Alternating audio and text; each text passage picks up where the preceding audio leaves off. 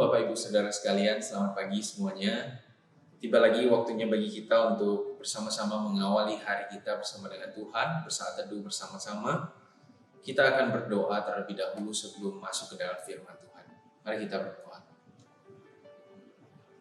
Bapak bersyukur pagi hari ini Engkau masih berikan kami kehidupan dan kekuatan untuk kami masih boleh hidup, bernafas di dalam anugerah Tuhan. Tuhan bersyukur juga pagi hari ini untuk mengawali hari kami bersama dengan Tuhan, merenungkan firman Tuhan. Tuhan tolong kami, berkati waktu ini, berikan kami hikmat, agar di waktu yang singkat ini kami boleh belajar firman Tuhan, tahu apa maunya Tuhan. Dalam nama Tuhan Yesus kami berdoa, amin. Bapak Ibu Saudara sekalian, pagi hari ini kita akan bersama-sama merenungkan secara singkat dan sederhana dari Yesaya 58. Saya akan potong bagian ini, sebenarnya ayat ini dari ayat 1 sampai ayat yang ke-12, cukup panjang.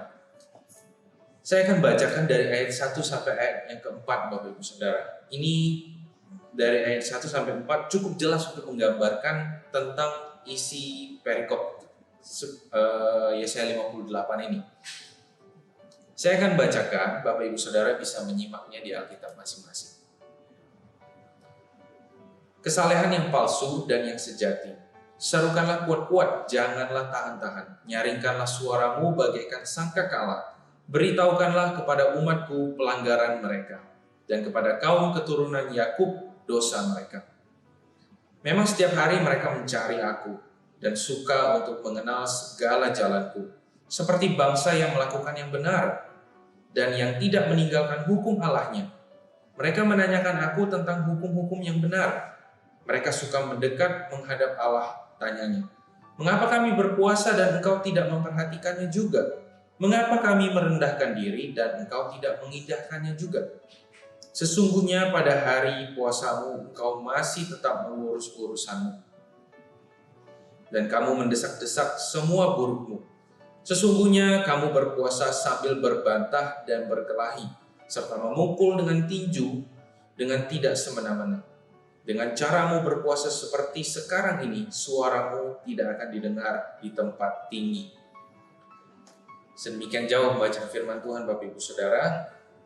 Kalau kita baca dari ayat 1 sampai ayat yang keempat tadi, sudah mulai jelas ya apa permasalahan di sini. Tuhan waktu itu menegur umatnya Israel, khususnya keturunan Yakub ya, dikatakan di sini orang Israel disebut sebagai keturunan Yakub akan dosa-dosa mereka. Memang betul orang-orang ini adalah orang-orang yang taat dalam beribadah, bahkan juga taat dalam mencari, merenungkan firman Tuhan. Dikatakan di sini mereka setiap hari mencari Tuhan, suka mengenal jalan Tuhan, seperti bangsa yang benar. Dikatakan di sini, yang mengatakan ini adalah Allah sendiri dan tidak meninggalkan hukum Tuhan. Mereka menanyakan Tuhan tentang hukum-hukum yang benar. Mereka suka mendekat terhadap Allah. Tetapi Bapak Ibu Saudara, ternyata segala ibadah dan usaha mereka dalam hal ini tidak diterima oleh Tuhan. Ketika kita baca sampai ayat yang keempat saja, kita melihat bahwa Tuhan menemukan ada sesuatu yang tidak baik dari semua itu. Tuhan berkata, sesungguhnya kamu berpuasa sambil berbantah dan berkelahi, serta memukul dengan tinju dengan tidak semena-mena. Maka dari itu Tuhan berkata, suaramu tidak akan didengar di tempat tinggi, di sorga. Ibadah mereka tidak diterima oleh Tuhan. Kenapa Bapak Ibu Saudara?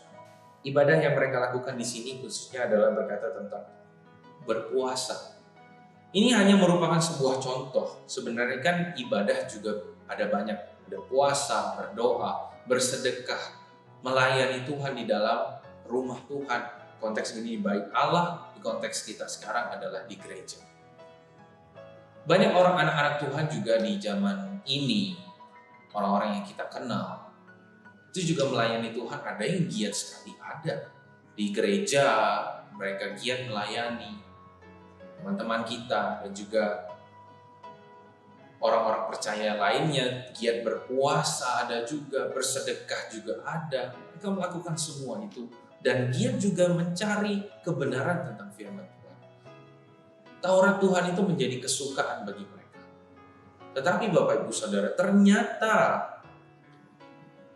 yang Tuhan mau bukan cuma sampai di batas itu saja. Sederhananya Bapak Ibu Saudara, ibadah yang kita lakukan di hadapan Tuhan juga harus tercermin melalui kehidupan kita di hadapan orang lain, di hadapan sesama kita. Kalau kita baca lebih lanjut sampai ayat yang berikutnya, ayat yang ke-12 ya. Tuhan berkata di ayat 6, ayat 7, itu mereka bukan cuma berbantah, berkelahi, memukul, tetapi juga memfitnah, merugikan orang lain. Di tengah ibadah mereka melakukan hal-hal yang demikian. Di hadapan Tuhan memang taat, tetapi merugikan sesama mereka. Jelas secara logika manusia pun ini tidak masuk. Kalau kita taat di gereja, tetapi di luar gereja perilaku kita sangat tidak baik, tentu Tuhan tidak akan menerima perbuatan ibadah kita. Sangat sederhana sekali. Dan kita tahu sekarang Bapak Ibu Saudara, melalui kesalahan orang-orang Israel di zaman yang lampau, kita tahu bahwa ibadah kita tidak hanya stop di gereja, tidak hanya stop dalam pembacaan, perenungan, tetapi juga langkah selanjutnya adalah kita lakukan. Minimal kita ada berbuat baik di hadapan orang, tidak merugikan orang lain. Dan juga Bapak Ibu Saudara, saya sadar kita hidup di dunia yang sama. Terkadang lingkungan, orang-orang di sekitar, dan keadaan yang menekan, permasalahan hidup membuat semua ini tidak mudah. Apalagi kalau konteks ibadah ini adalah puasa. Puasa perut sudah lapar, haus, pikiran jadi tidak jernih. Untuk berbuat baik kepada orang yang baik juga di hadapan kita, itu sangat mudah. Tapi untuk berbuat baik kepada orang yang tidak baik, perut kita juga lapar, mulut kita juga haus, pikiran kita tidak jernih, sangat mudah bagi kita untuk jatuh dalam amarah, kita emosi, kita jadi marah, merugikan orang lain. Saya sadar ini tidak mudah untuk dilakukan di tengah zaman yang semakin lama semakin sulit seperti ini.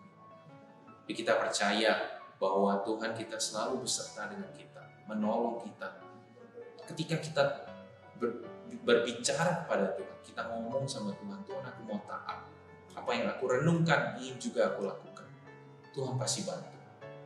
Mari kita berdoa akan hal ini, Bapak Ibu Saudara.